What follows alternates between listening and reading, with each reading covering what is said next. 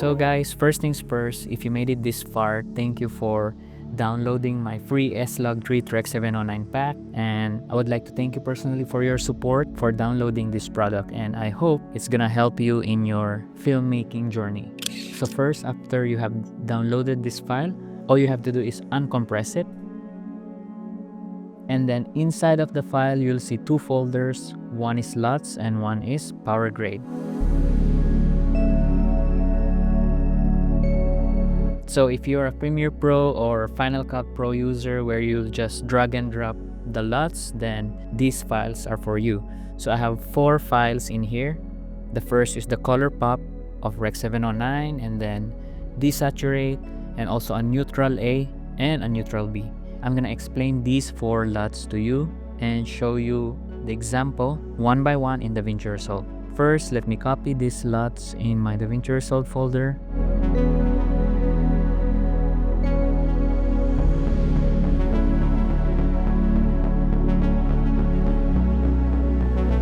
So if you're a DaVinci Resolve user and you don't know how to copy paste the LUTs inside DaVinci Resolve, all you have to do is just go to this LUTs folder under color tab and just right click, reveal in Finder, and if you're using a Windows, you're gonna see it as show file location, I believe, and then it's gonna give you a folder and just paste it there. And once you have pasted it, just right click and refresh, and you're gonna see your LUT appearing automatically here.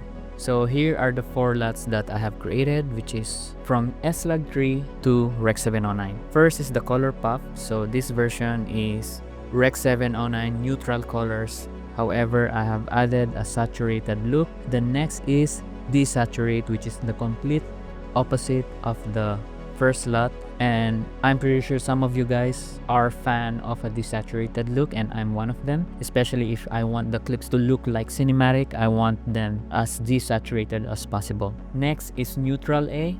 So this is the standard S-Log3 to Rec.709, no saturation adjustment, of course no exposure and white balance. You have to adjust that based on your clip and based on your liking. And I have also the Rec.709 neutral B, which is the difference between two is B has more contrast into it. I'm gonna add a new node here and drag and drop so we can compare. So this is the neutral B, which has more contrast,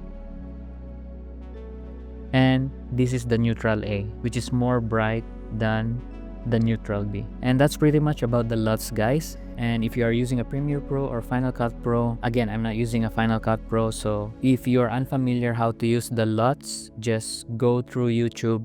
For sure you're gonna see a lot of tutorials about it. And I believe in Premiere Pro, you just have to create an adjustment layer and you have to select the LUTs under Lumetri color tab. So next, we're gonna dive right into PowerGrade using it in DaVinci Resolve.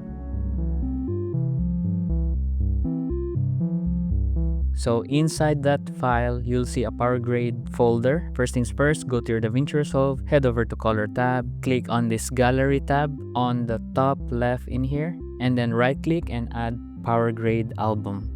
And then rename based on your liking. I'm gonna name this S-Log3 Rec.709 test. Next is right click on that folder that you have created and click import. Then head over to the PowerGrade album that is included in my S-Log3 to Rec.709 pack. Press on the file which ends with .drx. Again, strictly .drx, and import that. And now you're gonna see it here. So after that, you just gotta have to drag and drop to your node or apply grade, and here you will see a node on top and on the bottom, which is the CST, or stands for color space transform. So I have 2 here, one is start and one is end. You don't have to do anything with CST start. All you have to do is just change the CST end based on your liking.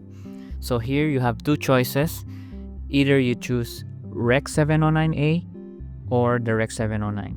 So what's the difference between that? Again, it's the same as the LUTs that I explained earlier. The Rec.709A has more contrast and the Rec.709 has less contrast and more bright. So you can see the difference in here. If I do Ctrl Z, more contrast, less brighter. But in this case, I'm gonna go for Rec.709. Next is noise reduction. Of course, if you have noisy footage, This is where I apply the noise reduction. And also I have the flicker node if you have a footage that has a lot of flickers. And next is white balance, where I adjust my temperature if you want warm or cold.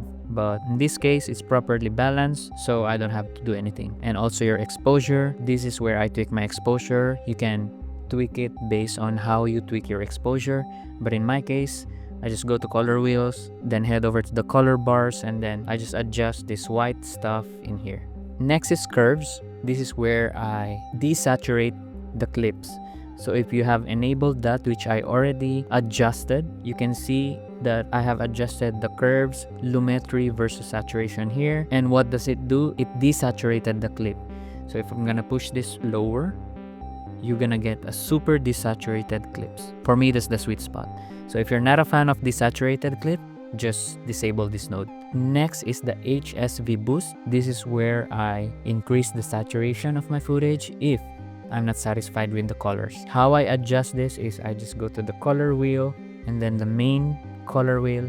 All you have to do is just increase and tweak this gain. So in my case, I have already tweaked it in 1.32. That's why it gives this saturated look. And that's pretty much about it. So I hope this free digital product will help you a lot in your filmmaking journey. If you're a beginner or maybe an amateur or either a professional already, I hope it's gonna help you. And I am giving it back to you guys for free. So again, thank you for your support, for downloading this file, and I hope to see you on the next digital product tutorial.